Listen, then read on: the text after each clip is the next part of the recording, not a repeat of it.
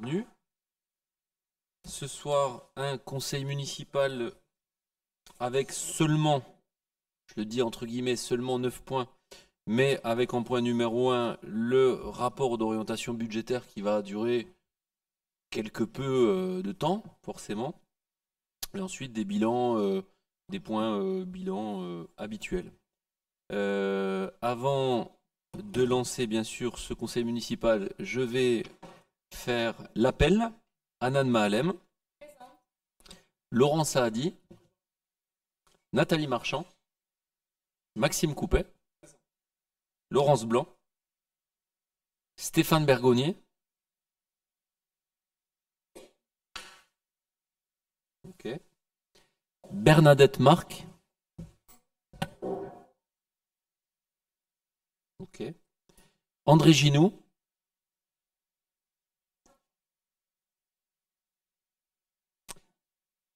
Alain Ourliac, Christian Jouve, Bernard Capu. C'est un honneur. Merci. Marie-Claude Rabec, Jean-Philippe Filighetti, Jean-Pierre Cabaret, Laurent Sénégas, Nicolas Belli, Benoît Albagnac. Ah. Souvent, M. Albagnac a du retard, donc on va le mettre entre parenthèses. Emmanuel Carbone, Cédric Paluel, Muriel Philippe, Bekta Bouzid, okay. Nadia Oldalmer, Isabelle Manteau, okay. Julien Lassalle, okay. Maxime Lacoste, Stéphane Filion, okay. Sébastien Brosse et Valérie Beau. Le secrétaire de séance ce soir sera Monsieur Laurent Saadi. Je vous propose donc, puisqu'au dernier conseil municipal, M. Fillon, en tant que secrétaire de séance, n'avait pas pu porter relecture du conseil municipal du 12 décembre 2024, il s'en excusait et me demandait donc de reporter la validation du procès verbal du conseil municipal du 12 décembre à ce jour, à celui du 6 mars. Je vous propose donc ce soir de valider le procès verbal du conseil municipal du 12 décembre. Y a-t-il des questions sur ce conseil municipal du 12 décembre, relu par moi-même et par M. Fillon, validé par les deux groupes, majoritaire et minoritaire? Pas de questions. Je vous propose donc de passer au vote. Qui est contre? Qui s'abstient? Vote à l'unanimité. Merci. Pareil pour le procès verbal du 21 janvier. Ah ben voilà, on disait, vous voyez, Monsieur Albagnac, donc arrivé avec 5 petites minutes de retard, c'est pas très grave. On vient juste de terminer l'appel et j'étais en train de faire voter les procès-verbaux des derniers conseils municipaux. On vient de voter celui de décembre et donc M. Albagnac pourra participer au vote du procès-verbal du 21 janvier 2025. Y a-t-il des remarques, des observations? Je vous propose donc de passer au vote. Qui est contre? Qui s'abstient? Vote à l'unanimité. Merci. Nous allons donc passer au point numéro 1 de ce conseil municipal qui contient 9 points ce soir sur le débat d'orientation budgétaire.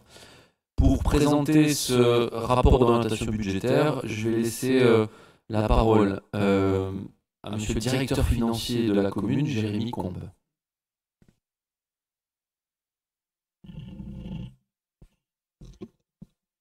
Bonsoir à tous. Donc avant de commencer la présentation du rapport d'orientation budgétaire, juste rappeler que c'est une obligation pour les communes de plus de 3500 habitants, que le débat d'orientation budgétaire doit être organisé dans les 2 mois qui précèdent l'examen du budget primitif et qu'il retrace les orientations générales du budget ainsi que les engagements pluriannuels à venir sur la commune ainsi que la gestion de la dette. Il ne fait pas l'objet d'une...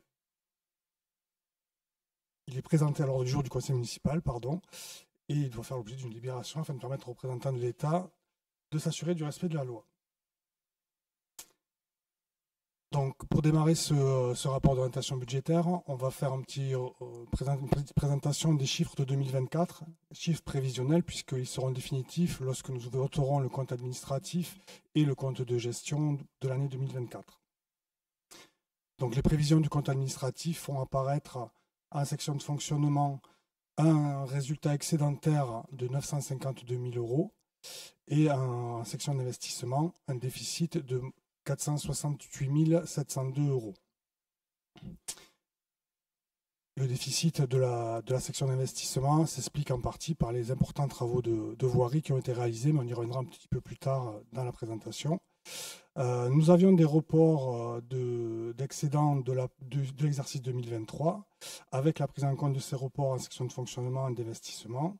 Les résultats prévisionnels de l'année 2024 feront apparaître un excédent de la section de fonctionnement de 1 261 000 euros et un déficit de la section d'investissement de moins 110 000 euros.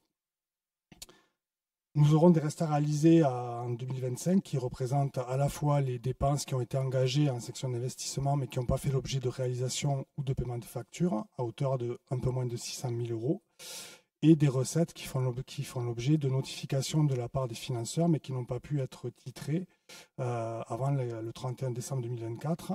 Donc, il représente un peu plus de 760 000 euros, ce qui fait que nous aurons un solde excédentaire des restes à réaliser avec des recettes supérieures aux dépenses.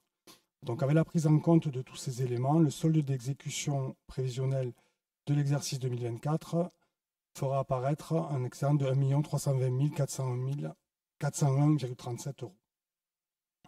Si on regarde rapidement dans le détail, mais on rentrera plus dans le détail dans la présentation du compte administratif. Donc, les produits de fonctionnement ont totalisé des recettes réelles à hauteur de 12 079 000 euros, avec majoritairement le chapitre 73, 7 125 000 euros de recettes, où on va retrouver tout ce qui est fiscalité locale et droits de mutation, entre autres. Suivi du chapitre 74, dotation, subvention et participation, 3 906 000 euros, légèrement en dessous du prévisionnel budgétaire, où on retrouve à la fois la dotation globale de fonctionnement, mais aussi les participations de la CAF, par exemple, qui sont comptabilisées dans ce chapitre-là, ainsi que la compensation d'exonération de fiscalité locale sur les locaux professionnels. Les ventes de produits fabriqués ont représenté un peu plus de 930 000 euros, conforme à ce que nous avions prévu dans le cadre du budget primitif. Avec les opérations d'ordre, on a une section de fonctionnement en recettes qui a représenté 12 230 000 euros pour l'exercice 2024.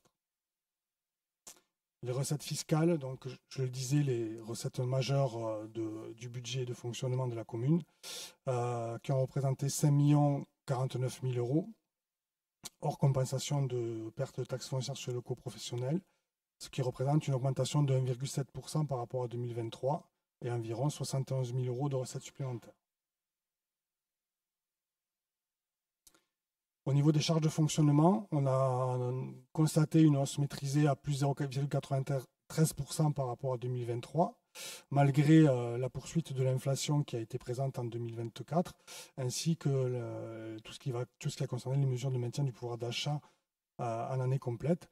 Donc vous avez sur le graphique la représentation de l'impact de l'inflation sur les différents types de dépenses de fournitures notamment auxquelles nous sommes soumis, notamment les produits alimentaires et tout ce qui est électricité, combustible et fournitures de bâtiments qui ont subi ou une baisse de leur montant ou une poursuite de la hausse liée à l'inflation. Avec tout ça, les charges de fonctionnement ont représenté 10 487 000 euros en charges réelles de fonctionnement, qui se décomposent en charges à caractère général. Donc ça, c'est tout ce qui est achat et fourniture pour le bon fonctionnement de l'ensemble des services de la collectivité, à hauteur d'un peu plus de 2 650 000 euros. en dessous du prévisionnel budgétaire qui avait été voté au budget primitif. Et des charges personnelles, principal poste de dépenses de fonctionnement, en dessous ici aussi de ce qui avait été prévu, puisque nous avons terminé l'année à 6 576 000 euros au lieu de 6 900 000 de prévu au budget primitif. Les charges de gestion courantes, qui sont les participations de nos différents partenaires sous forme de subventions ou de contributions, ont représenté 1 122 000 euros. Donc, et des charges de fonctionnement qui, avec les opérations d'ordre, qui sont les dotations aux amortissements, ont représenté un total de 11 276 000 euros.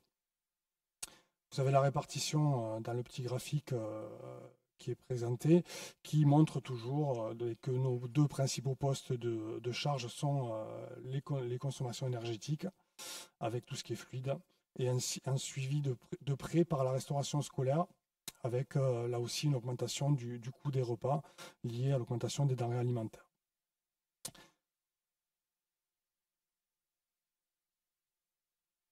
On peut voir donc que l'évolution des consommations énergétiques a continué à diminuer sur l'exercice 2024, lié à la mise en place de mesures de lutte contre l'excès de consommation ou la réalisation de travaux de rénovation énergétique ou de passage en LED, ce qui nous permet de maîtriser nos consommations énergétiques, là aussi aidé par un petit peu la baisse du coût de l'énergie.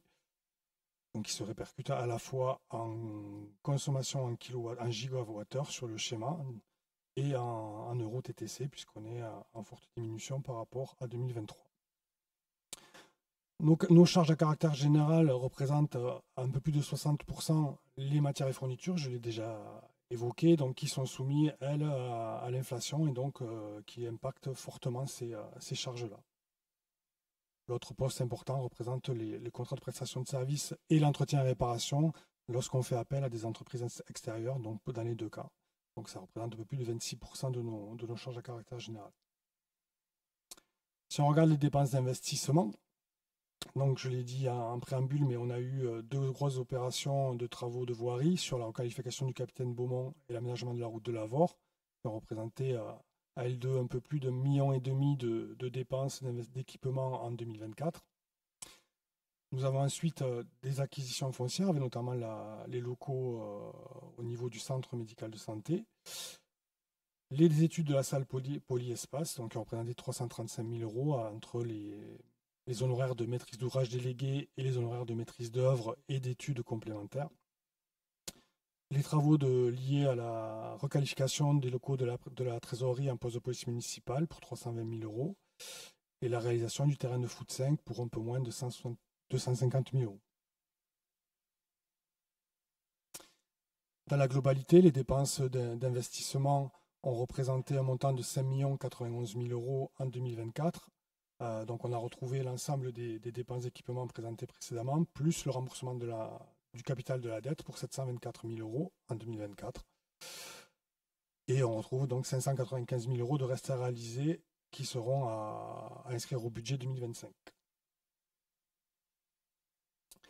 Ces dépenses d'équipement ont représenté 1 400 euros par habitant en 2024, avec un ratio de 25% de dépenses réelles d'équipement pour 75% de dépenses réelles de fonctionnement, ratio qui est similaire aux communes de la strate de 10 000 à 30 000 habitants à laquelle on s'est comparé, puisque on se rapproche de cette strate-là, on y est quasiment.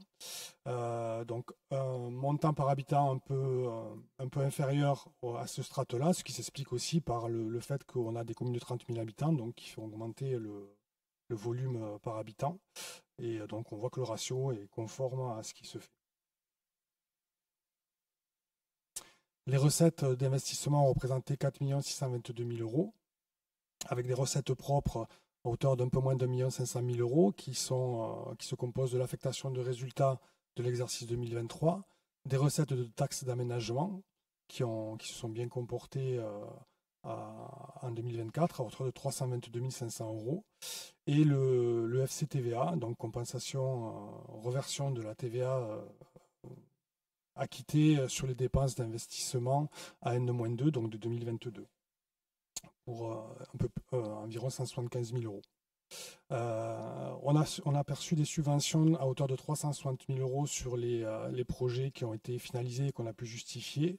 Et donc, je le disais, on a 763 000 euros de subventions qui sont notifiées en attente de perception ou en attente de finalisation des projets d'un point de vue à la fois opérationnel et comptable. La commune a réalisé un emprunt de 1 million d'euros en 2024. Et on a refacturé au budget assainissement la part des travaux qui étaient imputés à la route de Lavore, notamment pour 202 000 euros. La dotation aux amortissements a représenté un peu moins de 790 000 euros. Et les opérations patrimoniales représentent des ajustements d'actifs ou la comptabilisation des dépenses réalisées dans le cadre de Polyespace notamment. Puisqu'on fonctionne sur la base d'appels de fonds, et donc la justification des appels de fonds est intégrée dans l'actif de la collectivité via des opérations d'ordre au chapitre 041. Si on regarde sur ces chiffres-là comparativement aux années précédentes, depuis 2019, donc on constate que nous avons des charges de fonctionnement qui, après une baisse en début de période, ont augmenté de façon constante entre 2021 et 2024. 2022-2023 avec une augmentation liée notamment à l'inflation, je l'ai dit, et à la lutte, aux mesures qui ont été prises pour pouvoir lutter contre le pouvoir d'achat et le maintien du salaire des fonctionnaires. Une certaine maîtrise entre 2023 et 2024, donc d'augmentation de ces charges de fonctionnement. On voit sur le graphique qui est sur la droite, donc la courbe de l'inflation a impacté de façon plus importante que l'augmentation des charges réelles de fonctionnement, ce qui a montré une maîtrise qui a essayé d'être mise en place sur la collectivité pour limiter les dépenses et amortir les effets de l'inflation. Donc on voit l'évolution des charges de personnel sur la période. Donc là aussi, on a à peu près la même trajectoire, puisque ça impacte directement nos charges de fonctionnement, avec une augmentation importante entre 2021 et 2023, et qui a tendance à se tasser entre 2023 et 2024. Donc lié, pareil, augmentation structurelle liée à l'évolution des carrières, au coefficient GVT, glissement vieillesse technicité, mais aussi donc à l'impact des revalorisations de cotisations CNRACRL d'un côté et l'impact des mesures de lutte de maintien du pouvoir d'achat. À noter que les effectifs du périscolaire ont été maintenus ISO en 2024, donc légèrement au-dessus du cadre réglementaire et conforme à ce qui avait été indiqué dans le cadre du projet éducatif territorial. Nos frais de personnel représentent 61,90% de nos charges de fonctionnement, à peu près au même niveau que la ville de Carmaux, au-dessus des villes comme Groyer, Gaillac ou Mazamet, mais cela est à mettre en perspective avec le fait qu'ils n'ont pas les mêmes compétences que nous, puisque certaines compétences, notamment tout ce qui est lié aux structures périscolaires, est transféré à la communauté d'agglomération, donc ce qui permet de diminuer les charges de personnel de ces communes-là. Si on regarde les produits de fonctionnement maintenant, donc on a une progression constante sur la période, notamment liée à l'évolution des recettes liées à la fiscalité, mais qui évolue à un rythme moins important que nos charges de fonctionnement, c'est tout à l'heure, avec donc qui est porté donc par l'évolution des bases fiscales et également par l'évolution de la dotation globale de fonctionnement qui suit l'évolution démographique du territoire.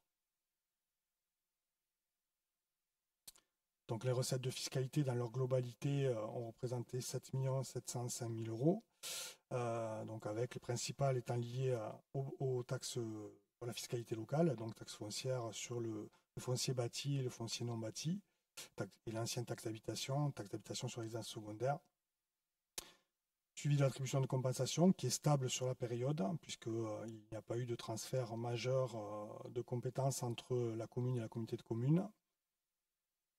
On peut noter l'évolution des droits de mutation qui est directement impactée par le marché de l'immobilier, puisque les droits de mutation, ça représente les frais de notaire qui sont reversés à la commune, avec, on voit une forte baisse entre 2022 et 2023 et 2024, puisqu'on perd quasiment, enfin pas quasiment, 250 000 euros et 300 000 euros si on regarde entre 2021 et 2024 de recettes sur ces droits de mutation.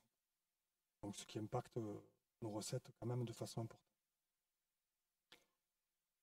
Les soldes de gestion maintenant, donc si on voit que la courbe, les soldes de gestion sont calculés à partir de la différence entre les produits réels et les charges réelles de fonctionnement. Donc on voit sur la période que les courbes étaient très proches en 2019. Elles ont eu tendance à s'écarter liées à la mise en place de différentes mesures de diminution de charges, d'augmentation de recettes. Et on essaye depuis 2022 d'essayer de maintenir un écart constant malgré le contexte économique en vigueur pour nous permettre de dégager des marges de manœuvre pour pouvoir financer nos investissements.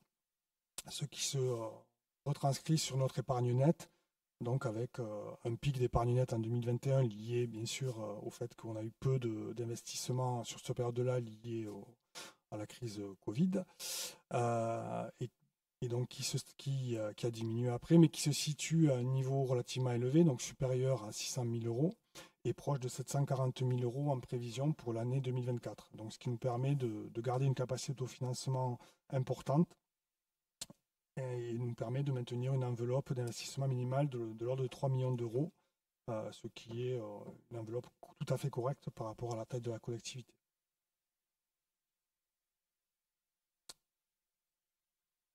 Plusieurs ratios sur la période pour se comparer donc à d'autres communes. Donc l'encours de dette par habitant, donc on est à 711 euros en 2023. Donc comparable à des villes comme Gaillac ou Carmont, on est bien en dessous de l'Avor.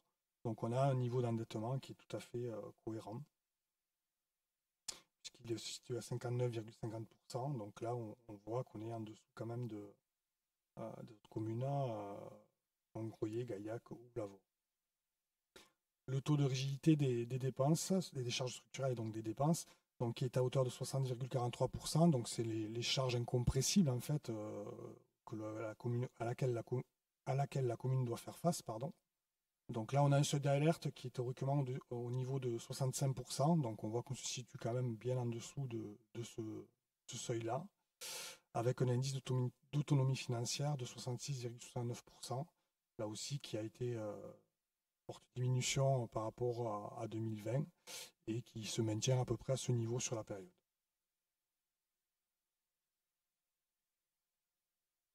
Pour la partie dépenses d'investissement, donc on a réalisé plus de 16 millions d'investissements sur les 6 dernières années, avec des années avec des montants plus élevés en 2019-2020, une forte année en 2023 et 2024 avec 4 millions en 2023 et 3 420 000 en 2024. Donc des niveaux relativement élevés, mais qui ont pu être permis par rapport aux faibles taux d'investissement qui ont été réalisés en 2021 et 2022. Sur cette période, on a financé nos dépenses d'équipement par du FCTVA et de la taxe d'aménagement, donc nos recettes propres. De l'épargne nette, là aussi nos recettes propres, 25% de subventions, un petit peu de recours à l'emprunt pour 11% et 4% qui sont liés à des cessions d'immobilisation.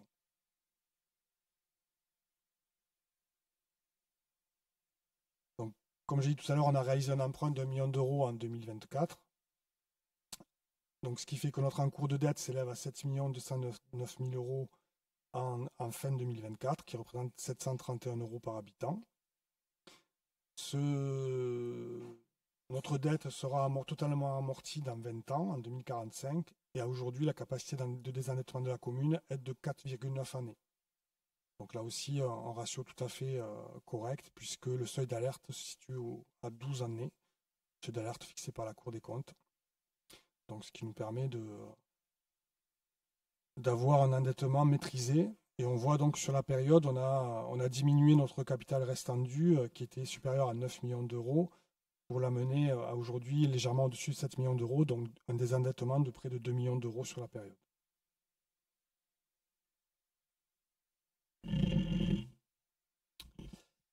Concernant, il marche, oui. Concernant l'année 2025, les perspectives d'écriture du budget 2025 sont très incertaines. Je ne vais pas vous apprendre grand-chose ce soir puisque je pense que vous êtes tous au courant du contexte géopolitique qui est très instable et qui induit une croissance plutôt faible, notamment dans la zone euro. Bien que les taux directeurs soient toujours élevés, ils ont quand même diminué tout au long de l'année. On constate une inflation qui se tasse aujourd'hui. Pour autant, la situation au niveau national, notamment des comptes publics, reste difficile puisque le déficit constaté de 6,1% du produit intérieur brut, bien au-delà des 3% des critères de Maastricht, ce qui nécessite de rechercher plus de 2 milliards d'économies dans le budget, notamment des collectivités. Dans ce contexte macro, on voit aussi que globalement, l'autofinancement des collectivités a été en baisse de presque 9% au cours de l'année 2024, sous un double effet, une augmentation rapide des dépenses avec des recettes qui ont été plutôt, elles, limitées. Pour autant, ça n'a pas empêché les collectivités de continuer à dépenser et à faire des investissements, mais avec un recours à l'emprunt plus important et en faisant appel de manière très large à leur trésorerie. L'écriture du budget 2025 va se faire dans le cadre de la loi de finances. Alors, je ne vais pas faire le rappel des conditions de vote de cette loi de finances qui a été un petit peu retardée, ce qui pourrait aussi retarder le fait que les services de l'État puissent nous transmettre dans les délais habituels, c'est-à-dire fin mars, début avril, l'état 1259 concernant la fiscalité et encore plus l'état de la DGF, la dotation globale de fonctionnement, qui est habituellement tout début avril. Nous nous attendons à ce qu'elle soit un petit peu plus tardive, ce qui pourrait amener une réflexion sur le fait de repousser le vote du budget. La croissance reste faible et c'est ce qui a été constaté au niveau national. On attend même une croissance de moins de 1% sur l'année 2025. En tout cas, c'est les prévisions de l'État. Donc, ce qui amène quand même un budget qui a été écrit avec beaucoup de prudence, mais pour autant qui va venir impacter très fortement les collectivités. Tout d'abord, un dispositif de lissage conjoncturel des recettes fiscales. Ce dispositif vise à prélever environ 1 milliard d'euros sur les collectivités territoriales pour financer le déficit de l'État. La commune de Saint-Sulpice ne sera pas soumise à ce prélèvement.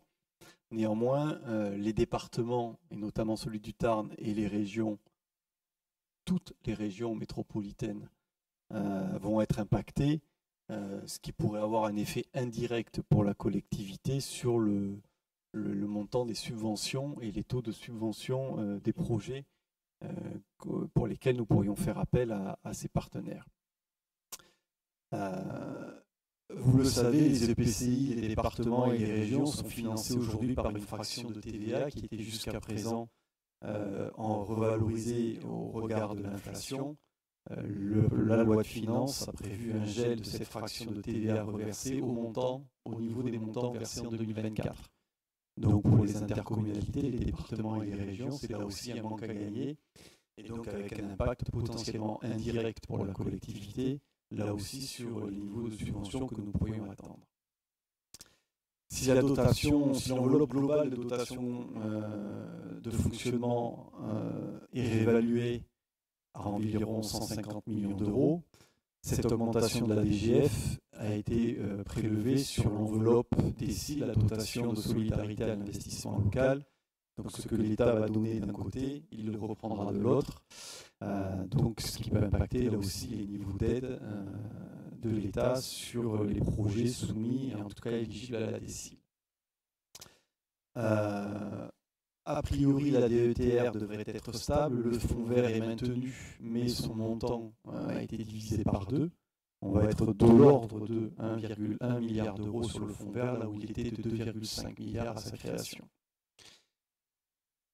Dans les dispositions qui ont été adoptées dans la loi de finances, il y a une extension du versement mobilité aux régions qui vont pouvoir lever ce versement à hauteur de 0,15%, ce qui pourrait être un élément important et pour lequel nous allons devoir avoir des discussions avec la région pour financer notre réseau de transport urbain, puisque ce versement mobilité pourrait être amené à être financé, c'est les réseaux existants, notamment en milieu rural.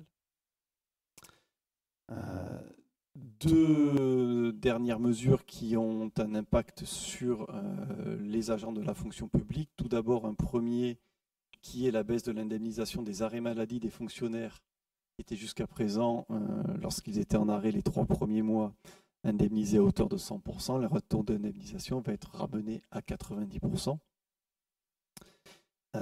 Et deuxième décision qui va avoir, elle, un impact assez important sur le budget de la collectivité, c'est le relèvement des cotisations sur la Caisse nationale de retraite des agents des collectivités locales qui va se faire de 12 points en 4 ans, donc 3 points par an avec une première hausse en 2025, d'un taux qui va passer 31,65 à 34,65, on le verra un peu plus tard, mais c'est à effectif constant pour la collectivité, 75 000 € en plus sur son 0,12.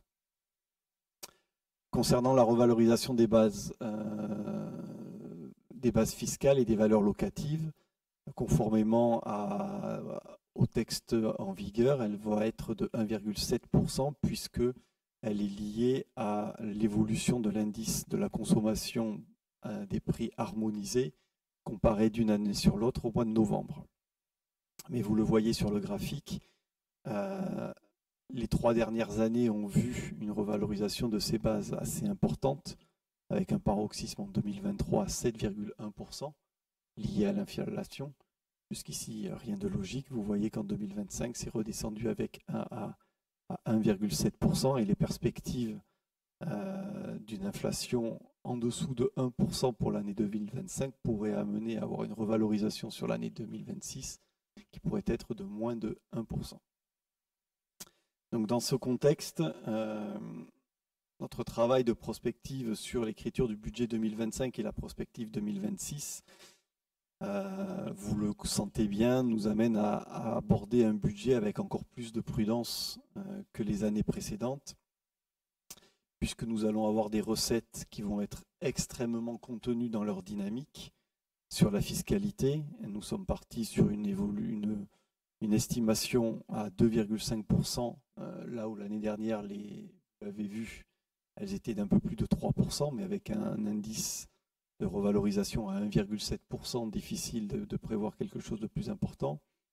Malgré tout, il n'y aura pas d'augmentation des taux de fiscalité, parce que nous avons prévu, au-delà de la stabilité de l'attribution de compensation de la communauté de communes, puisqu'il n'y a pas de transfert de compétences prévu en 2025, cette attribution de compensation sera à son montant identique.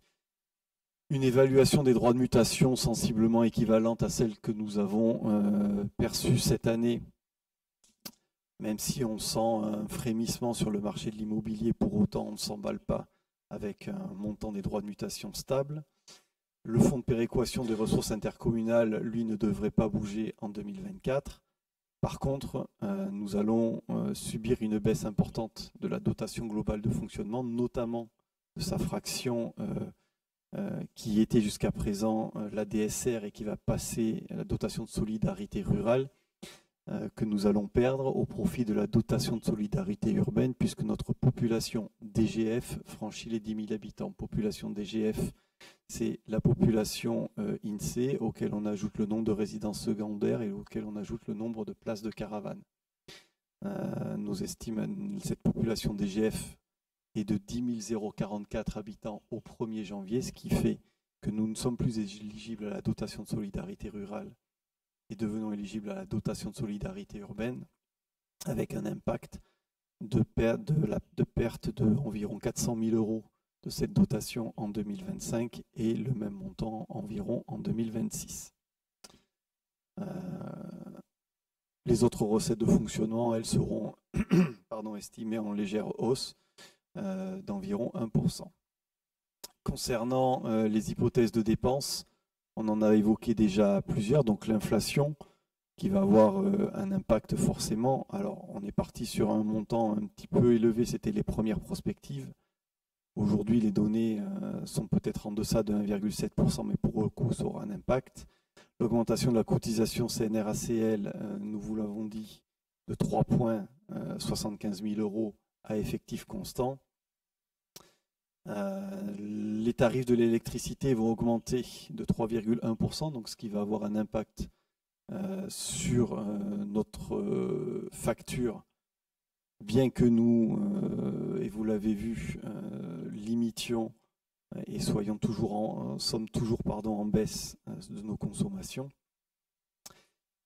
Dernier impact sur nos dépenses, la révision du contrat sulpicien, puisque la SPL, d'un point à l'autre, nous a informé de cette revalorisation, eux aussi liée à des augmentations, que ce soit de carburant ou de prix du personnel, de coûts de masse salariale, estimés à 36 000 €. Donc nous allons avoir une augmentation de ces dépenses, de nos dépenses, d'environ 146 000 €. Donc vous le voyez, entre des recettes qui stagnent et des dépenses qui augmentent, nous avons engagé dès le 1er janvier un plan d'optimisation qui va toucher à la fois et les recettes et les dépenses, notamment sur les recettes avec tout un travail sur l'optimisation des bases fiscales et des valeurs locatives sur la collectivité, et un travail de diminution de nos dépenses de fonctionnement, que ce soit sur les charges à caractère général, que ce soit sur les charges de personnel,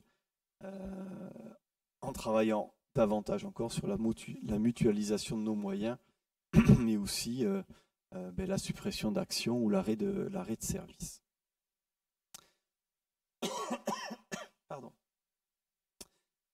Cette prospective sur les années 2025-2026, et vous en voyez l'impact sur ce graphique, vise à limiter l'effet ciseau et à le maîtriser, de sorte que nos dépenses réelles n'augmentent pas plus vite que nos recettes réelles, puisque sans action, nous verrions une baisse importante de notre épargne nette, et nous allons travailler à maintenir la santé de financière de la collectivité en limitant cet effet ciseau et en travaillant sur un maintien de l'épargne nette. Alors l'épargne nette qui est aussi affectée par le remboursement de la dette, et c'est pour ça que nous devons absolument maintenir nos dépenses, en tout cas que nos dépenses n'évoluent pas plus vite que nos recettes. La prospective que nous menons nous permet d'avoir, si nous constatons une baisse de notre épargne nette, sous les effets que je vous ai annoncés, néanmoins notre capacité de désendettement reste largement favorable, puisqu'elle ne dépasse pas les 5 ans, dans ce scénario où nous aurions des recettes qui restent en baisse. Ce choix d'avoir des dépenses très contenues au regard de nos recettes limitées nous permet de soutenir le rythme d'investissement dans la collectivité et de maintenir le financement des projets qui ont été lancés. Non seulement parce que dans les recettes d'investissement, les fonds de concours de la communauté de communes Tarnagout sur la période restent stables, parce que la dynamique de la taxe d'aménagement est toujours présente, et les premiers mois de perception de cette taxe d'aménagement nous montrent que la trajectoire que nous avons visée reste cohérente. Nous partons aussi sur un taux de subvention, pour le coup, prudemment évalué à environ 23% de nos divers financeurs, au regard de l'ensemble des éléments que je vous ai donnés sur les participations potentielles du département et des régions. Nous pourrons financer ces investissements par l'épargne nette dégagée de notre budget de fonctionnement, tout en absorbant le déficit envisagé de l'année 2024, comme comme M. Combe vous l'a mentionné tout à l'heure. Ces hypothèses sur la période 2025-2026 vont nous permettre de pouvoir envisager un niveau de dépenses d'investissement sur 2025 d'environ 3 millions d'euros et avec une prospective sur 2026 du même acabit, toujours dans les 3 millions d'euros, avec potentiellement un besoin de financement sur cette période de l'ordre de 750 000 euros que nous aurons la possibilité de financer de plusieurs manières, soit parce que nous serons capables d'avoir plus d'autofinancement, soit en ayant plus de subventions, ou alors en ayant le recours à l'emprunt pour financer ce besoin de financement. Les principales orientations en matière d'investissement sur l'année 2025, je vais vous faire grâce de la lecture de toutes les lignes, vous l'avez dans le rapport. Néanmoins, nos axes d'orientation de ces investissements sont toujours les mêmes et tournent autour de la transition écologique et énergétique, donc avec des travaux importants, notamment sur la rénovation et l'isolation de la toiture de la salle Lobit, ou le lancement de la rénovation énergétique de l'école Louisa Paulin avec une première tranche qui vise au remplacement de l'ensemble des menuiseries de cette école. Le passage en LED aussi des équipements sportifs. Des travaux ont déjà été faits sur le premier trimestre 2025 et continueront. Dans ce cadre-là, nous avons, dans ce cadre aussi de cet axe, la réalisation de travaux de végétalisation et de renaturation dans l'espace public. Sur les questions de dynamique et de réussite éducative, un investissement toujours important en faveur de notre enfance et de notre jeunesse à travers le PEDT, à travers l'encadrement des enfants dans les ALAE et les actions et la mise en œuvre des actions qui ont été proposées par le Conseil municipal des jeunes. Dans cet axe 2, le point d'orgue reste la construction de la Masada qui viendra en lieu et place du polyespace accompagné de la création des vestiaires sportifs sur le complexe sportif de la Messale. Concernant le rayonnement et l'attractivité du territoire, le soutien aux associations restera important. Des travaux de mise en accessibilité du cinéma seront réalisés cette année et les études pour la création de la zone Borde-Grande d'aménagement futur de Borde-Grande sont maintenues. Sur les parties mobilité voirie, un certain nombre de travaux de réfection et de reprise de bande roulante seront réalisés, notamment sur l'avenue des Terres Noires, mais aussi sur un certain nombre de voiries que je ne vais pas vous citer puisqu'elles sont encore en cours d'arbitrage, mais à l'instar de 2024, une enveloppe d'environ 100 000 euros sera dédiée à la réalisation de ces voiries, de ces réfections de voiries. Nous n'avons pas mis dans un axe, puisque nous l'avons déjà évoqué, la problématique survenue sur l'hôtel de ville, pour lequel nous sommes toujours en attente des dernières constatations et des rapports d'expertise pour évaluer la nécessité en tout cas l'ampleur des travaux à réaliser aujourd'hui est en suspens, puisque nous n'en avons pas encore le retour des expertises. Et donc ça pourrait quelque peu faire évoluer la réalisation des équipements et des dépenses mentionnées. Dernier point sur la gestion humaine et budgétaire. Aujourd'hui, vous l'avez vu, nous travaillons à une maîtrise de notre masse salariale et des charges de fonctionnement, tout en maintenant le renouvellement du matériel nécessaire à la bonne pour le travail et le maintien du patrimoine. Donc l'ensemble des opérations représentera une enveloppe d'environ 3,2 millions.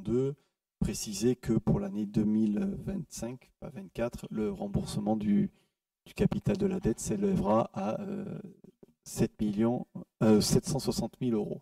7 millions, c'est la dette totale. Donc voilà pour les principales orientations sur le budget principal 2025. Est-ce que nous passons, monsieur le maire, rapidement les budgets annexes avant d'ouvrir le débat, ou est-ce que vous souhaitez ouvrir le débat le budget principal? Oui, passez les budgets annexes. Donc vous êtes habitués maintenant, nous avons 5 budgets annexes. Alors un budget qui va prendre un tout petit peu plus d'importance en 2025, le budget relatif au service public de l'assainissement collectif, puisque après avoir réalisé le schéma directeur de l'assainissement et le schéma directeur des eaux pluviales et relancé la délégation de service public de gestion de l'assainissement et des eaux pluviales, nous avons inscrit dans cette DSP un large montant de travaux pour améliorer notre réseau. Dans un premier temps, on aura aussi la création de l'unité de réutilisation des eaux de station d'épuration pour l'arrosage des terrains sportifs.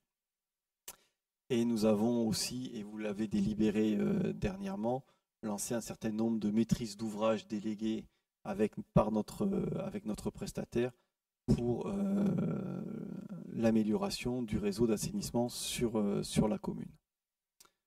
Donc cette année, voilà, il va y avoir quand même un budget d'assainissement qui va être un petit peu plus important et plus actif, peut-être notamment en termes d'investissement, que les années précédentes. À noter qu'en interrogation et en fil rouge tout au long de l'année 2025, se posera la question du transfert de la compétence assainissement à l'intercommunalité, puisque si ce transfert était obligatoire au 1er janvier 2026 jusqu'à présent, une loi a été votée ce lundi pour rendre ce transfert dorénavant facultatif. Concernant le budget annexe de services publics des transports urbains, reconduction des 2 lignes de transport, pas de modification. La participation à ce budget sera légèrement augmentée, je l'ai dit, dans la partie budget principal. Le budget annexe concernant le lotissement Montauty, lui aussi, ne verra pas de chamboulement puisqu'il se déroule au gré des remboursements d'emprunt par la commune et du paiement par les propriétaires des échéances dues.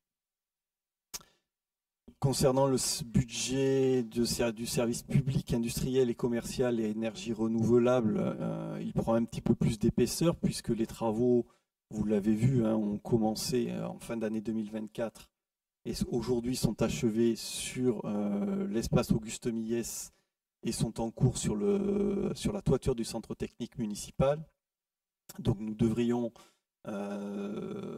pouvoir bénéficier d'une production énergétique sur Auguste Millès fin avril, début mai, sur le centre technique municipal fin août, début septembre.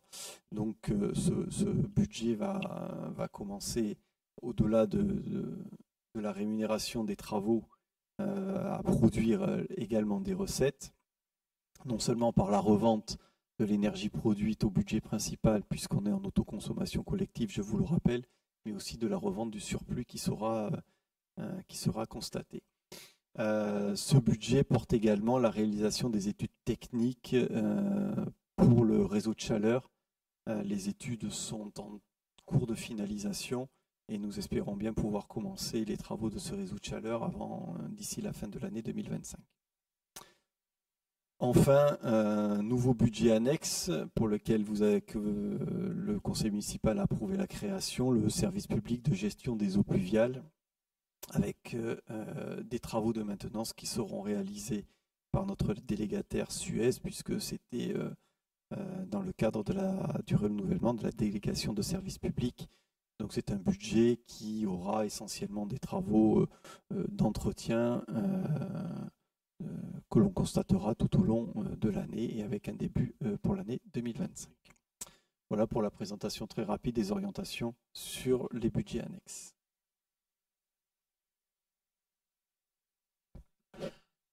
Bah écoutez, merci.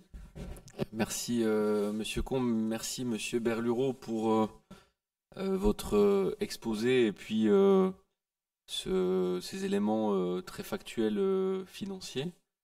J'ouvre du coup le bal des questions si vous en avez sur ce rapport d'orientation budgétaire. Je vous précise qu'il n'y a pas de vote à la fin de ce débat, mais simplement une prise d'acte des éléments financiers.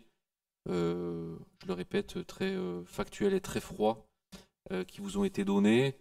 Peut-être pour réchauffer un peu les questions, vous l'avez compris, hein, un contexte relativement tendu, un contexte externe relativement tendu au niveau international, au niveau national. Face à ça, ce qui est proposé, ce qui va être proposé à la prochaine session au mois d'avril, c'est un budget maîtrisé par la commune, et vous avez vu, tous les indicateurs financiers le démontrent, que ce soit la baisse de l'endettement, la réduction de la capacité aussi de remboursement à 4 années et demie, je crois 4,6. Donc un budget extrêmement maîtrisé, mais un budget de vigilance. Vigilance parce que c'est surtout pas le moment de faire n'importe quoi. C'est surtout pas non plus le moment de faire rien du tout. Donc résultat des courses, malgré un équilibre fragile à surveiller, nous continuerons à investir sur des investissements nécessaires, tout en faisant face à une prudence budgétaire, ce qu'on pourrait appeler une gestion en bon père de famille. Ça tombe bien, c'était l'engagement numéro 1 de l'équipe majoritaire en 2020. Donc nous le tenons et nous le tiendrons jusqu'à la fin de ce mandat, malgré le contexte incertain. La commune préserve quand même une bonne capacité de financement. Donc il faut faire attention encore une fois. Et ce qui est certain, c'est que nous continuerons notamment les projets structurants et les projets d'avenir, en particulier la rénovation énergétique, la transition écologique, l'accessibilité, tous ces sujets qui nous permettront en fait d'investir tout en créant des investissements qui vont nous assurer des optimisations de dépenses. Parce que quand on assure des investissements dans la rénovation énergétique, vous imaginez bien que c'est moins de factures et de consommation. Quand la commune investit dans des centrales photovoltaïques, ce sont des recettes dans 10 ans, 20 ans que nos successeurs pourront bénéficier. Voilà, c'est tous ces sujets-là qu'on continuera à faire, toujours en étant avec le sérieux budgétaire à chaque dépense que nous ferons, qu'elle fasse 500 euros, 5 000 euros, 50 000 euros, 500 000 euros. Y a-t-il des questions? Monsieur Lacoste. Qu'on m'a chargé de vous reporter, donc je vais les énoncer si vous voulez bien une par une, et si on peut répondre à chaque fois pour que je puisse rapporter à mes camarades. Je vous demanderai simplement peut-être c'est de juste baisser peut-être le rythme des questions pour oui, que oui, bien sûr. nos services puissent prendre le temps de les écrire et de pouvoir vous Il n'y a répondre. aucun problème. Allez-y, monsieur. La première question, quand aurons-nous connaissance du montant exact de la dotation globale de fonctionnement pour 2025? Je retourne vers les services. Est-ce que vous voulez répondre au fur et à mesure des questions, une à monsieur Lacoste? Hein, ça permet de faire un... Alors quand elles sont assez simples. Ouais. Vous en êtes d'accord? Ok. C'est une très bonne question à laquelle je ne sais pas vous répondre, puisque l'État nous dit entre le 1er et le 10 avril. Donc, entre le 1er et le 10 avril. Quand voterons-nous le budget?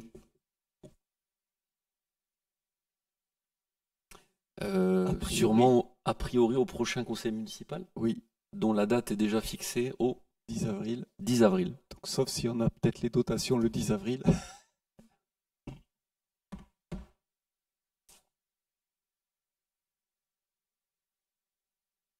Quels sont les services qui ne sont pas jugés essentiels et qui mériteraient du coup des restrictions budgétaires? Alors, on est sur un service public, donc le service public, tous les services sont bien entendu essentiels. Cependant, quand on regarde la grille des compétences d'une collectivité, il nous paraît plus judicieux, en tout cas plus essentiel, par exemple, que la mairie continue à maintenir un service d'état civil pour pouvoir enregistrer les naissances, faire des mariages, ou bien enregistrer les décès sur la commune. C'est même la compétence numéro 1 d'une collectivité.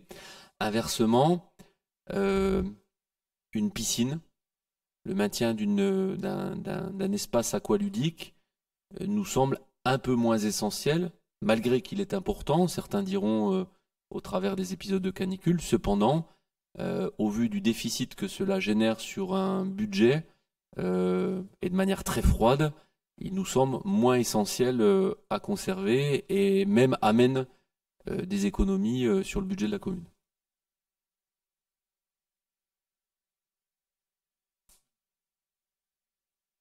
Ça enchaîne parfaitement avec la question suivante. À combien estimez-vous les économies réalisées par la fermeture de la piscine? Alors c'est une évaluation à chaque fois, puisque tout ça c'est dynamique, hein, vous le savez, le prix du gaz vient d'augmenter, Monsieur Aurélia, à cause dette, je crois que l'électricité augmente de quelques vingtaines de pourcents, me semble-t-il.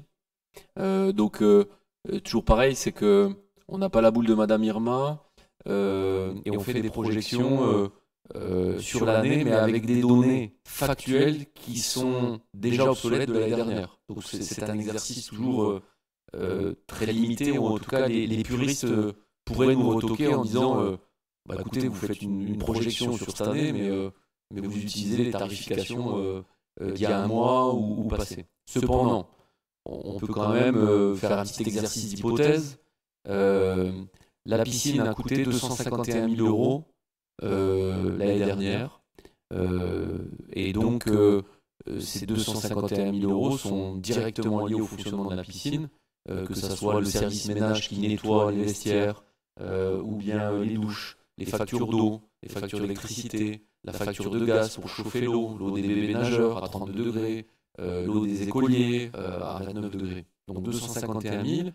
Et la projection qu'on peut faire en sachant que les éléments qu'on a en main quand on a pris cette décision au 1er janvier était que une augmentation significative du gaz, 15%, une augmentation de l'électricité entre 20 et 23%, allait être impactante encore plus de manière significative sur ce budget. Donc ce budget de 251 000 euros que je vous donne ce soir est plutôt un budget minime, et on pense qu'on aurait pu monter à 275 voire 280 000 euros cette année, encore une fois sous réserve des éléments probants et factuels des tarifications et des consommations.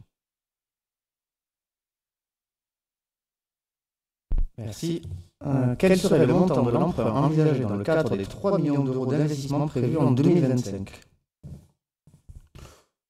Donc on a, je fais un petit exercice juste rétroviseur, on a l'année dernière fait un emprunt d'1 million d'euros, emprunt d'ailleurs, vous avez vu, qui n'a pas mis du tout dans le rouge les capacités de remboursement de la mairie, puisqu'on est à 4,6 années, donc plutôt digeste comme emprunt. On serait plutôt cette année, alors c'est toujours pareil, idéalement 0 euros, puisqu'il faut qu'on essaye, l'exercice budgétaire voudrait qu'en fait chaque élu soit attentionné à surtout auto-financer les projets que chacun dans son périmètre porte. Cependant, on le sait, vous le savez tous, si je peux faire l'exemple de la gestion en bon père de famille, on peut toujours autofinancer l'achat d'un micro-ondes, d'un frigo, un peu moins celui d'une voiture et encore moins celui d'une maison. Donc c'est toute cette hiérarchie de projets qu'on essaye de reclassifier. Donc idéalement, pour répondre très directement à votre question, 0 euros d'emprunt, ça c'est l'idéal. Et au plus pessimiste, on pourra aller sur un niveau à entre 500 et 700 000 euros maximum. Donc extrêmement digeste, puisque moins que l'année dernière, et on rembourse par an à peu près 700 000 euros de remboursement de crédit. Donc vous voyez, c'est une année en fait de crédit. Merci. Une question sur la Massad qui mériterait un focus particulier compte tenu des futurs montants engagés, principalement pour le prochain mandat. Une augmentation de la maîtrise d'œuvre est prévue. Quel sera son montant et pourquoi une nouvelle hausse? Je vais laisser les services peut-être répondre.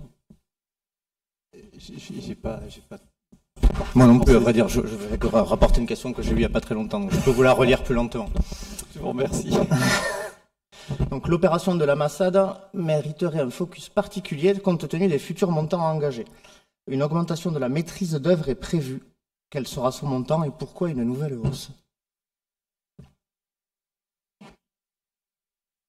Alors prévu dernièrement, non. Alors le montant de la maîtrise d'œuvre est un pourcentage de l'enveloppe travaux. Donc cette enveloppe travaux a été fixée aujourd'hui à 4,5 millions hors taxe. Alors c'est vrai qu'elle a été réévaluée au regard des éléments que l'on a déjà dit dans ce conseil municipal, hein, avec le fait de devoir construire un bâtiment à côté d'un bâtiment existant, la caserne du SDIS, au-delà des difficultés techniques à engendrer des coûts, plus des évolutions dans la nature et dans la projection de la réalisation de ce bâtiment et dans les espaces qui sont dédiés. Donc c'est vrai que l'enveloppe travaux augmentant, de ce fait, l'enveloppe de maîtrise d'œuvre augmente puisque c'est un pourcentage de l'enveloppe travaux, c'est assez logique. Aujourd'hui, le projet a été fixé sur son montant. Il n'a plus qu'à être à lancer les marchés. Si les marchés sont en deçà de l'enveloppe prévisionnelle, ce sera toujours un gain pour la collectivité. Aujourd'hui, je ne sais pas ce qu'il en sera à l'ouverture des enveloppes une fois que les marchés seront lancés. Merci. Dernière question sur le sujet. Les participations financières sont-elles garanties compte tenu des restrictions budgétaires annoncées, notamment les aides des collectivités comme la région et le département, mais aussi au fonds vert en baisse? Et mes collègues se demandent si vous vous engagerez dans la réalisation du projet à Massade sans avoir ces garanties. Alors je crois que c'était Madame Manteau qui m'avait déjà posé cette question-là. Les engagements, en fait, on les reçoit par notification. Quand la notification est faite, que ce soit de l'État, d'une région ou d'un département, les institutions sont censées tenir leur engagement. C'est d'ailleurs pour ça, clin d'œil à Madame la conseillère départementale qui est autour de la table, ce soir en tant que conseillère municipale, mais c'est pour ça que souvent les institutions mettent un peu de temps à répondre de manière formelle, voire même des fois très très longtemps. Plus on se rapproche notamment d'institutions européennes, par exemple. Donc c'est notre rôle aussi de VRP de notre commune, de prendre notre petite mallette et puis de faire ce qu'on fait avec que ce soit moi, les services qui nous accompagnent, les élus qui nous accompagnent dans les périmètres que sont les leurs, d'aller à la rencontre des services départementaux, aller à l'hôtel de région. Nous allons avec Christian Jouve lundi passer notre journée à l'hôtel de la région pour rencontrer tous les chefs de service liés justement à nos jolis projets. Donc ça, c'est le rôle d'un élu. Ça prend énormément de temps. En fait, personne ne le voit. C'est du temps en coulisses. C'est la majorité de nos semaines à justement se libérer du temps sur nos emplois personnels pour pouvoir accorder du temps à la commune et débattre avec nos partenaires, intercommunalités, départements, régions, État. Alors État, il y a plein de services, la CAF, les ABF, la DDT, l'Adréal, je pourrais tous les citer. Mais voilà, c'est tous ces temps-là qu'on prend de réunion. Donc pour répondre très en conclusion, oui, quand on a une notification officielle, on engage. Cependant, avant même de recevoir les notifications officielles, je vais prendre un exemple très concret, le cinéma. Nadia, déléguée à la culture, est là. On a décalé le projet du cinéma, de rénovation du cinéma, parce que justement, qui est pas une grosse enveloppe, hein, je crois que c'est 150 000 euros, mais typiquement parce qu'il nous manquait 2 notifications officielles de la région et du département. Sans ces notifications, on ne s'amuse pas à lancer un projet. Donc vous imaginez bien, ça donne la réponse après pour les plus gros projets. Déjà à 150 000 euros, on ne se lance pas, donc imaginez pour le reste.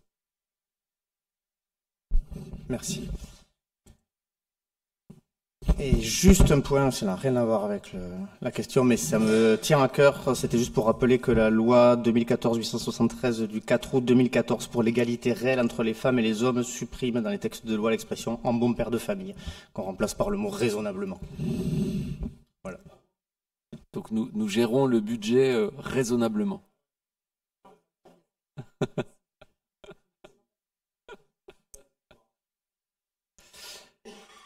Ben écoutez, merci pour vos questions. Y a-t-il d'autres questions, d'autres remarques?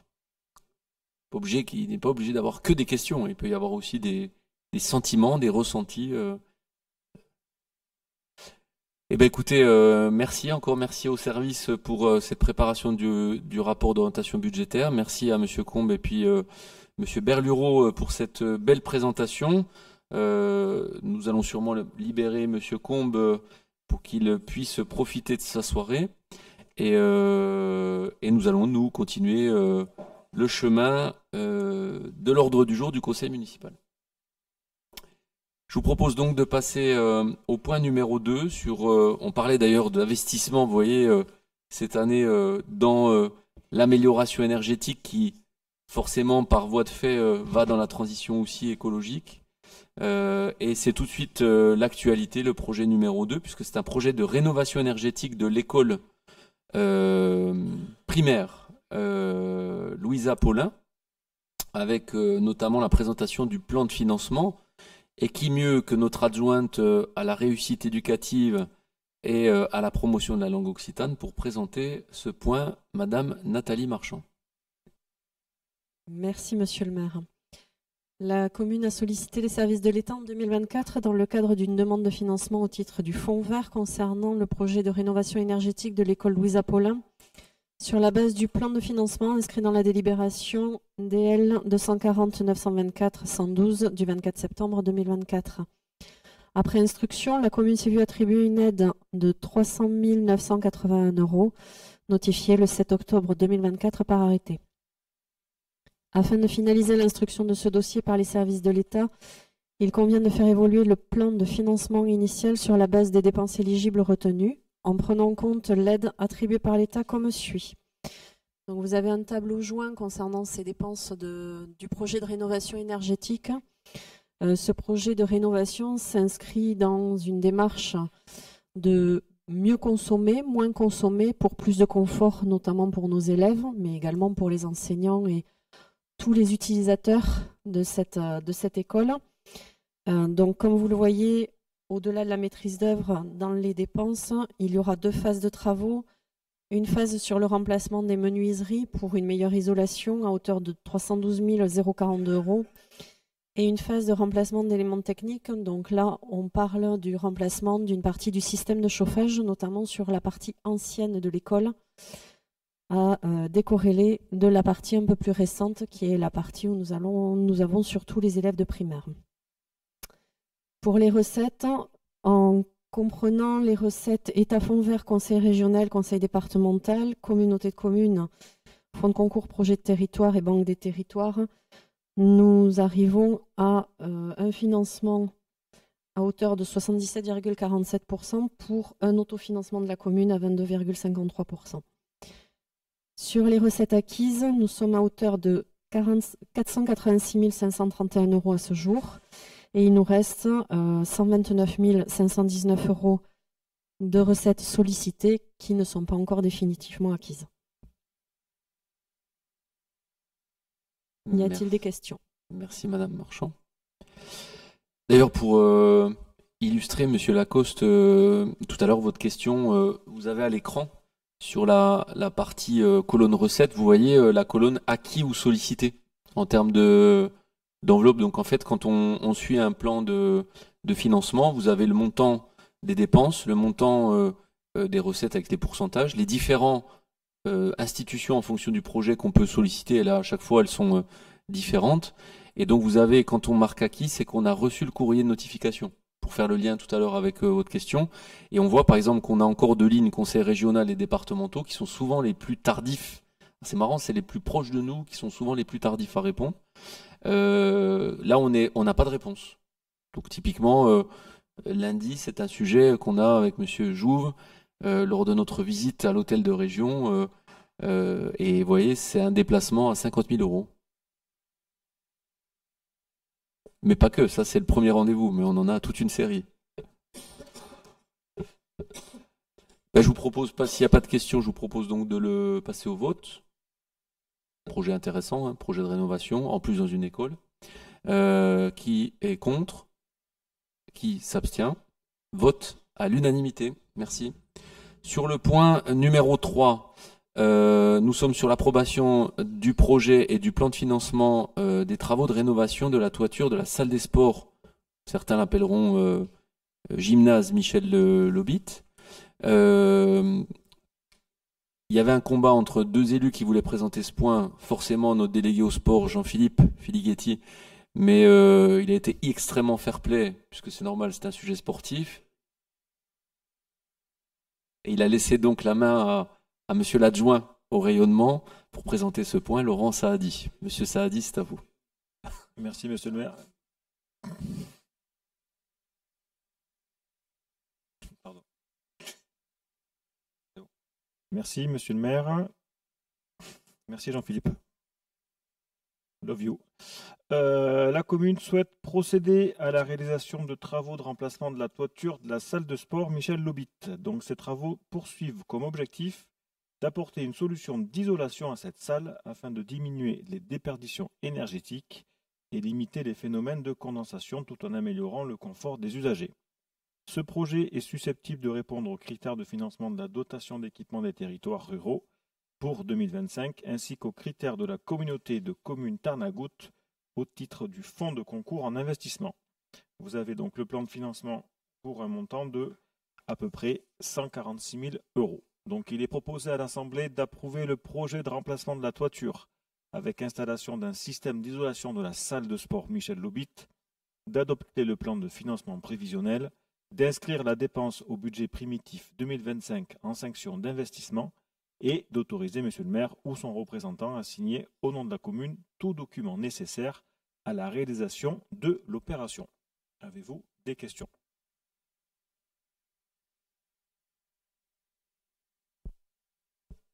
Pas de questions, donc vous voyez, on est sur les enveloppes de travaux. Tout à l'heure, je parlais du cinéma, 150 000 euros. Là, c'est une toiture, donc problématique d'une toiture qui n'est pas isolée et qui est sur un gymnase, qui nous amène de très grosses dépenses, de l'inconfort et de l'insatisfaction aussi des utilisateurs, qu'ils soient d'ailleurs Saint-Sulpiciens ou les clubs qui viennent de l'extérieur. Et donc, que ce soit M. Saadi et M. Filighetti, portent ce projet justement pour pouvoir à la fois allier une pierre deux coups, l'économie d'énergie, la transition écologique et en même temps le confort des utilisateurs. Qui est contre? Qui s'abstient? Vote à l'unanimité. Merci beaucoup. Nous allons passer au point numéro 4 sur une convention constitutive pour un groupement de commandes entre la commune de Saint-Sulpice-la-Pointe et le Centre communal d'action sociale de Saint-Sulpice, le CCAS, pour la réalisation notamment de missions, ce qu'on appelle les missions CSPS, l'acronyme, qui veut dire Coordination de sécurité et protection pour la santé. Pour présenter ce point, je vais laisser la parole à Madame l'adjointe aux solidarités, Laurence Blanc. Merci Monsieur le maire. La commune de Saint-Sulpice et le Centre communal d'action sociale souhaitent constituer un groupement de commandes dont le but est de coordonner les achats des deux entités afin de contribuer à la réalisation d'économies d'échelle.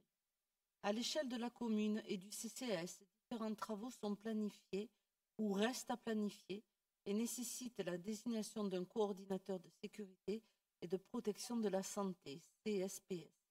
Pour cela, le CCAS et la commune envisagent de lancer une consultation. La procédure applicable en l'espèce est un marché public à procédure adaptée à bon de commande. Au préalable, il est nécessaire de constituer un groupement de commandes par la conclusion d'une convention entre la commune et le CCAS de Saint-Sulpice-la-Pointe afin de préciser les modalités de mise en œuvre de la procédure dont la commune serait le coordonnateur. Voilà. Est-ce qu'il y a des questions? Pas de questions, je vous propose donc de passer au vote. Qui est contre? Qui s'abstient? Vote à l'unanimité. Nous allons passer sur la cession de 2 véhicules du parc communal à la société T3M Lavaille. Pour présenter ce point, je vais laisser la parole à Marie-Claude Drabec. Merci, monsieur le maire. Dans le cadre du renouvellement d'un tracteur utilisé pour l'entretien des terrains de sport et soucieuse de favoriser le réemploi du matériel dont elle n'a plus d'utilité, la commune a intégré dans la consultation menée la reprise de 2 véhicules dédiés à l'entretien des espaces verts. L'article L21-22-22 du Code général des collectivités territoriales prévoit que le maire peut, par délégation du conseil municipal, décider d'aliénation de gré à gré de biens mobiliers jusqu'à 4 600 €. Par délibération du 29 février 2024, alinéa 10, le conseil municipal a délégué au maire le soin de décider l'aliénation de gré à gré de biens mobiliers d'un prix par unité n'excédant pas 4 600 €. Au-delà de ce seuil, il incombe au conseil municipal d'autoriser la vente de biens concernés. Suite à la consultation 2024 FCS 15 menée pour le remplacement du tracteur d'entretien des terrains de sport, l'offre de la société T3M Lavaille a été retenue. Il est donc proposé la vente à la société T3M Lavaille à Revel des matériels ci-dessous dont la valeur de vente est supérieure à 4 600 €. Donc nous avons un tracteur TCE 50 New Holland de 2002 à 5 800 € et un tracteur TD 80D New Holland de 2007 à 12 800 €. Il est proposé donc à l'Assemblée d'approuver l'aliénation de 2 véhicules du parc auto communal à la société T3M Lavaille pour un total de 18 600 €, de procéder à la sortie des biens du patrimoine de la ville de Saint-Sulpice-la-Pointe et d'habiliter monsieur le maire ou son représentant à signer au nom de la commune tout document nécessaire à la réalisation de l'opération. Y a-t-il des questions? Oui, Maxime Lacoste, active et citoyenne. C'est pas polémique du tout, c'est juste. Ah oui, alors ça me le semble pas, mais bon. On veut savoir si les véhicules ont été remplacés par des acquisitions ou des locations. Alors, les véhicules ont été remplacés par une acquisition, effectivement. Merci. Bah de rien. Je vais donc passer au vote sur ce sujet tracteur. Qui est contre? Qui s'abstient? Vote à l'unanimité. Et comme dirait Marie-Claude Rabec, les tracteurs, c'est comme la gestion municipale. Ça fait du bruit, ça secoue, mais à la fin, ça permet de cultiver l'avenir. Nous allons passer au point numéro 6 sur des acquisitions et des cessions immobilières sur l'année 2024. Pour présenter ce point, puisque nous sommes sur la partie plutôt aménagement foncier et urbanisme, je vais donc laisser la parole à notre adjoint à l'aménagement, à l'urbanisme et à la cohésion territoriale, monsieur Maxime Coupet. Je vous remercie, monsieur le maire. Conformément aux dispositions de l'article 2241-1 du Code général des collectivités territoriales, le bilan annuel des acquisitions et des cessions opérées sur le territoire de la commune de plus de 2000 habitants par celle-ci ou par une personne publique ou privée agissant dans le cadre d'une convention avec cette commune donne lieu chaque année à une délibération du conseil municipal. Ce bilan apporte une meilleure connaissance des mutations immobilières réalisées par la commune. Il est retracé dans les tableaux récapitulant d'une part les acquisitions et d'autre part les cessions. Ceux-ci seront annexés au compte administratif de la commune. Vous l'avez vu, pour cette année 2024, pas de cessions municipales opérées, mais 5 acquisitions qui peuvent être classées dans 2 typologies différentes, des acquisitions de voiries diverses sur 3 lieux géographiques différents de la commune et 2 acquisitions sur un lieu-dit bien connu de tout un chacun dans ce conseil qui est le lieu-dit Montoti, pour une superficie globale de plus de 2 hectares. Avez-vous des questions?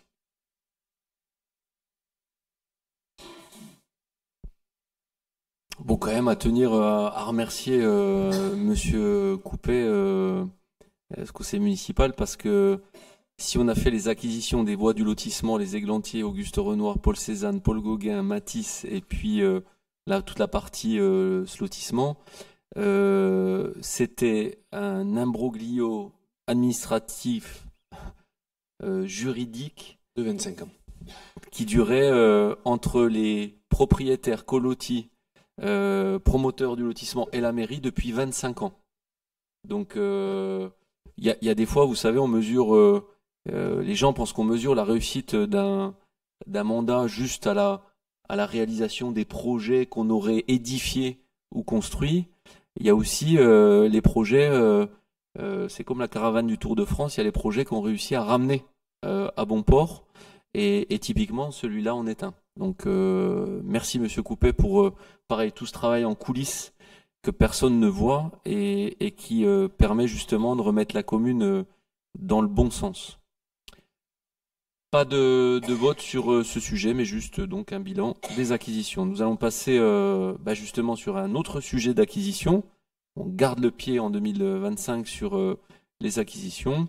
Je vais laisser, pour présenter cette acquisition foncière, la parole à Madame la conseillère municipale Muriel Philippe. Merci Monsieur le maire. La parcelle cadastrée section numéro E 1640P 6 1006 chemin du camping est la propriété de Monsieur et Madame Acquier. Elle supporte un emplacement réservé destiné à créer une liaison entre la rue du colonel Arnaud Beltrame et le chemin du camping. Nous pouvons voir à l'écran le chemin concerné. Par délibération numéro DL 220-927-0095 du 27 septembre 2022, le conseil municipal a autorisé l'acquisition par la commune de la parcelle cadastrée section E numéro 1640P au prix de 1 €. Des négociations foncières ont dû être reconduites pour fixer le prix de vente à 41 000 €. Les propriétaires ont approuvé cette proposition d'achat par le courrier du 9 février 2025. Les frais d'acte et de bornage restent à la charge de la commune. Le service des domaines n'a pas été sollicité car la valeur du foncier est inférieure au seuil réglementaire de 180 000 €. Il est proposé à l'Assemblée de rapporter la délibération du 27 septembre 2022, d'autoriser l'acquisition par la commune de la parcelle cadastrée section E numéro 1640P 6 1006 chemin du camping appartenant à Monsieur et Madame Alquier au prix de 41 000 € dans les conditions visées, de confier à la rédaction de l'acte authentique à la SSP, donc le cabinet notarial du Ginouillac Morel, situé 4 place du Grand Rond à Saint-Sulpice, les frais d'acte étant à la charge de la commune. D'habiliter Monsieur le maire ou son représentant à signer au nom de la commune l'acte authentique afférent à cette acquisition ainsi que toutes les pièces y rapportant. Avez-vous des remarques sur cette acquisition? Pas de remarques, je vous propose donc de passer au vote. Qui est contre? Qui s'abstient? Vote à l'unanimité, merci beaucoup. Nous allons passer au point numéro 8 sur la mise en compatibilité du PLU, plan local d'urbanisme, en relation avec le projet REVA. Pour présenter ce point, je vais laisser la parole à Monsieur l'adjoint à l'urbanisme et à l'aménagement, ainsi qu'à la cohésion du territoire, Maxime Coupeux. Je vous remercie, Monsieur le maire. La mise en compatibilité du PLU de la commune de Saint-Sulpice-la-Pointe est rendue nécessaire par le projet de construction sur le territoire communal d'une canalisation de transport de gaz naturel, dit le projet REVA, porté par la société Terrega, dont vous connaissez déjà l'existence. Il est nécessaire de modifier le zonage du PLU. Premièrement, au droit du futur ouvrage pour permettre son passage sur 90 mètres dans un EBC, un espace boisé classé, situé sur la parcelle ZI 79. Les deux plans présents sur notre synthèse vous présentent la situation en amont et après la mise en compatibilité. La surface donc, de servitude à soustraire à l'espace boisé classé est spécifiée et d'une contenance de 540 m². L'espace boisé donc classé, traversé, mesure approximativement 11,35 hectares, soit une réduction de l'espace boisé de 0,48%.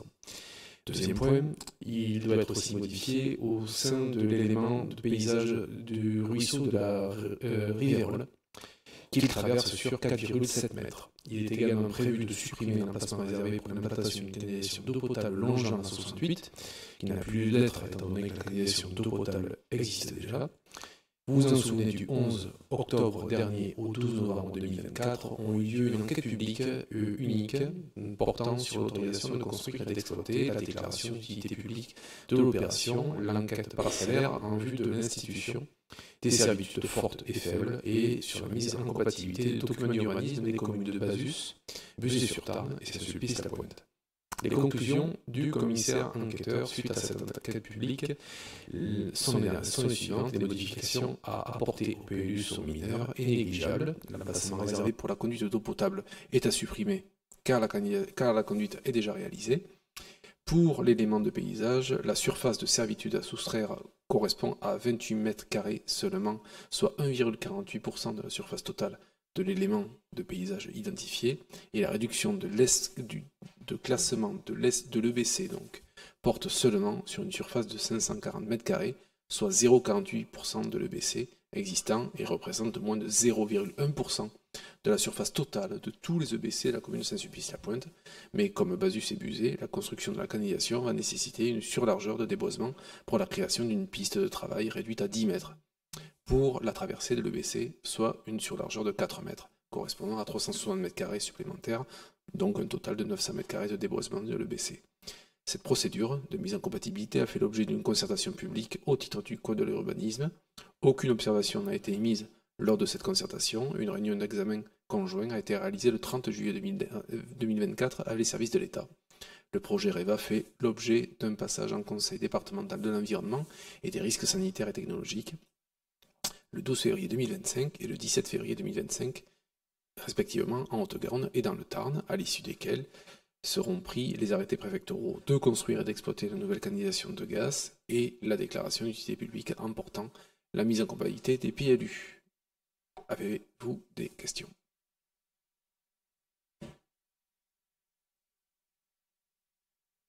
Pas de questions. Je propose donc de passer au vote. Qui est contre? Donc, un vote de Monsieur Lacoste et le pouvoir de Madame Monteau. Donc, 2 votes contre. Qui s'abstient?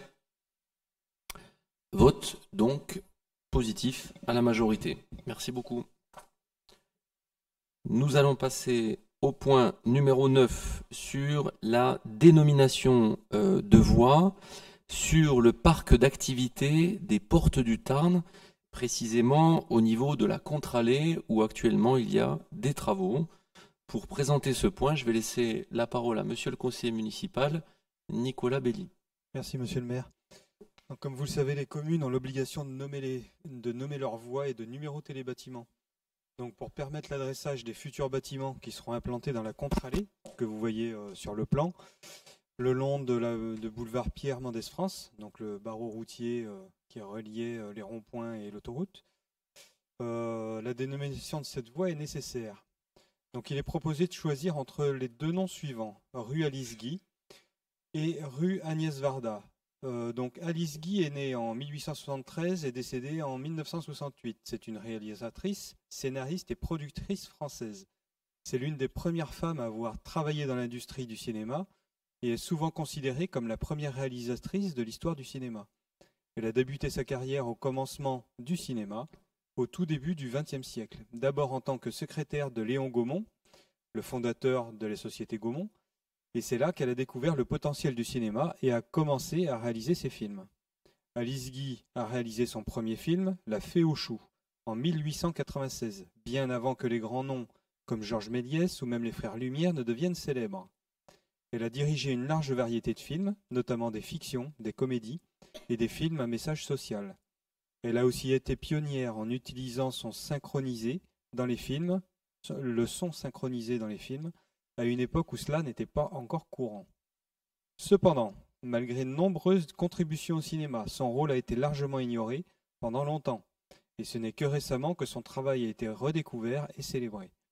Elle a travaillé principalement en France, mais également aux États-Unis, où elle a continué à développer sa carrière. En résumé, Alice Guy a été une des figures essentielles du cinéma, souvent oubliée par l'histoire, mais de plus en plus reconnue pour son influence et son rôle fondamental dans le développement du 7e art. En gros, c'était la mère du cinéma français.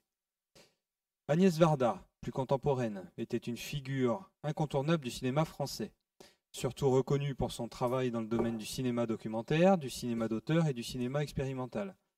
Elle est souvent associée à la Nouvelle Vague, bien qu'elle n'en ait pas été un membre formel. Agnès Varda a commencé sa carrière dans les années 50, a traversé plusieurs décennies de l'histoire du cinéma, se réinventant constamment tout en restant fidèle à ses valeurs artistiques. Elle est surtout célèbre pour sa manière unique de filmer, sa sensibilité poétique et capacité à aborder les sujets profonds avec une grande humanité.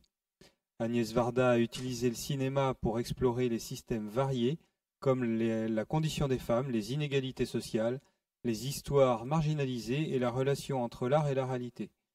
Sa méthode de narration était souvent caractérisée par une approche personnelle et proche des personnages, qu'ils soient fictifs ou réels. Elle a également été l'une des premières femmes à s'impliquer dans les formes de cinéma plus expérimentales et documentaires. Elle a souvent mêlé fiction et documentaire dans ses films, utilisant sa propre voix pour guider la narration et établir une connexion personnelle avec son public. Son regard unique et sa capacité à expérimenter avec la forme et le contenu du film dont elle fait d'elle une figure clé dans l'évolution du cinéma. Au-delà de ses films, Agnès Varda a également eu une grande influence sur de nombreux réalisateurs et réalisatrices. Elle a été honorée tout au long de sa carrière avec de nombreux prix, distinctions, dont un Oscar d'honneur en 2017, saluant l'ensemble de sa carrière. Elle représente l'excellence de la créativité féminine dans l'audiovisuel, avec un style inimitable et un message toujours tourné vers l'humanité et l'empathie. Donc il est proposé à l'Assemblée d'approuver une des propositions de nom de voix présentées et de charger Monsieur le maire de transmettre la présente délibération à la SPLA des Portes du Tarn, aux services fiscaux, postaux et de secours, ainsi qu'aux concessionnaires de réseau. Pour information, lors de la commission, le nom de Alice Guy avait été retenu pour la mettre en lumière, référence aux frères Lumière peut-être, mais pour vraiment ressortir ce nom complètement inconnu aujourd'hui, très peu public, et donc voilà, c'était l'avis majoritaire de la commission. Mesdames et messieurs, donc nous allons procéder. Pardon, monsieur Lacoste, une question. Oui, excusez-moi, juste une question. Alors, je suis très content des deux choix. C'était purement par curiosité, savoir comment avaient été choisis les deux choix, si c'était une réflexion des services municipaux ou si ça avait été fait par un des membres du conseil municipal, c'est tout. Oui, alors les deux choix ont été faits par les membres de la commission. Commission qui justement est l'antichambre des propositions qui sont faites au conseil municipal. Cette commission, pour le coup, aurait pu d'ailleurs ne faire qu'un choix. Monsieur Belli le dit, il y avait une préférence pour Alice Guy, donc on aurait pu très bien ne proposer qu'Alice Guy pour ou contre ce soir.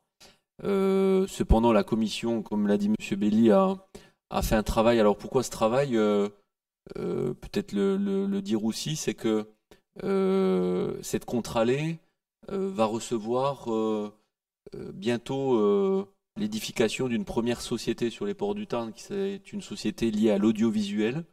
Et donc, dans le récit, les élus de la commune voulaient faire un clin d'œil à cette première société qui s'installait sur les ports du Tarn, et donc faire un clin d'œil au monde à la fois de l'audiovisuel, de la création et de la production cinématographique. Et donc, naturellement, est venu un premier sujet. Les élus voulaient absolument un nom féminin pour, dixit Laurent Sénégas, rééquilibrer les noms des rues en bonne mère de famille. Et donc, il y a eu ces deux noms qui sont sortis. Gros travail de recherche d'ailleurs que Monsieur Belli et la commission ont partagé. Et donc ce soir, moi j'ai pris la décision de dire continuons le chemin démocratique jusqu'au bout, et plutôt que de ne retenir que le choix numéro 1 qu'a fait la commission, laissons les deux choix, parce que c'est le travail aussi, et c'est respecter le travail de la commission, de dire bon bah là, pourquoi pas éventuellement proposer ces choix. Voilà, pour répondre à votre question. Merci. Donc c'est un travail qui a été fait en amont par les membres de la commission. Oui. Ça ne correspond pas à la dernière commission qui s'est réunie, pendant laquelle il a été discuté de ce choix-là. Non. D'accord, c'est un travail qui est fait avec les élus majoritaires. Bah oui, ou alors quand la commission se réunit dans des instances de travail où il y a des réunions de travail en semaine sur des sujets pour faire avancer les sujets. C'est un peu comme tout à l'heure on disait, nos réunions qui sont en coulisses des fois au département ou la région, ce qui permet de faire avancer les dossiers, puisqu'en fait un dossier peut être présenté plusieurs fois en commission. Si la commission estime qu'il est non abouti, en fait ça repart en coulisses dans les antichambres de travail, dans les réunions de travail. C'est là la différence entre une réunion de travail et la commission. Et puis quand la commission valide de manière majoritaire qu'un sujet mérite d'être en conseil municipal ou peut aller en conseil municipal, il revient en conseil municipal et vous le savez, il y a aussi les membres des groupes minoritaires qui sont là pour démocratiquement aussi rechallenger chaque sujet. Donc quand un sujet arrive en conseil municipal, il s'est fait challenger quand même plusieurs fois. Merci. Je vous propose donc de voter à main levée. Choix numéro 1, rue Alice Guy. Choix numéro 2, rue Agnès Varda.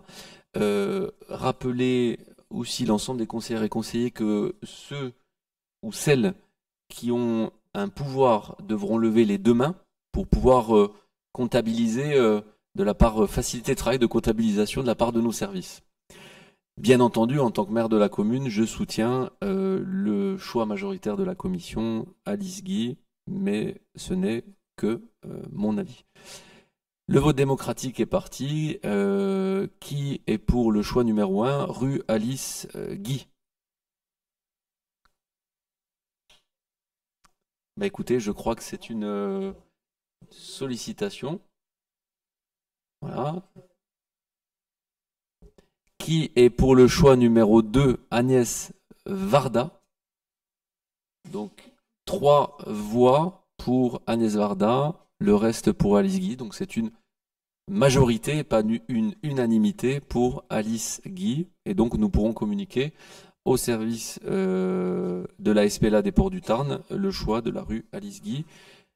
La démocratie a fait son œuvre. Merci, chers élus. Mais dans tous les cas, les deux noms étaient très beaux et je pense que le nom d'Agnès Varda restera dans la bibliothèque des noms à utiliser à Saint-Sulpice.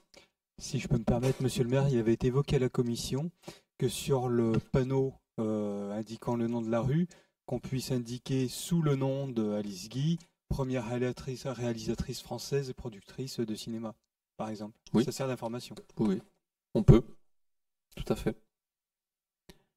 Ça pourrait même être le choix de... Vous savez qu'on a une newsletter régulière par le service communication. On a aussi des bulletins municipaux. Ça peut être aussi l'idée d'un petit encart, un petit article pour prévenir les habitants, plus généralement. Merci. On arrive à la fin de ce conseil municipal du 6 mars. Pas de questions diverses de la part des minorités d'opposition. Les comptes rendus de décision du maire prises depuis le dernier conseil municipal, donc depuis le 21 janvier à l'écran. Quelques marchés à procédure simplifiée, quelques décisions aussi sur des attributions de concessions au cimetière, et enfin une assistance à maîtrise d'ouvrage, vous le voyez, pour un montant de 11 700 €, notamment sur nous faire assister sur la partie restauration collective, puisque ça va être un sujet qui va très vite arriver, la rentrée des classes étant en septembre et notre marché public étant terminé. Pas mal de marchés aussi sur les fournitures de produits horticoles et d'espaces verts.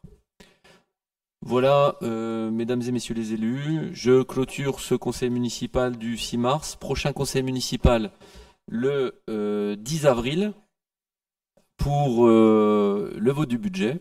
Et puis d'ici là, je vous souhaite un bon mois de mars, une bonne soirée, une bonne semaine et à bientôt.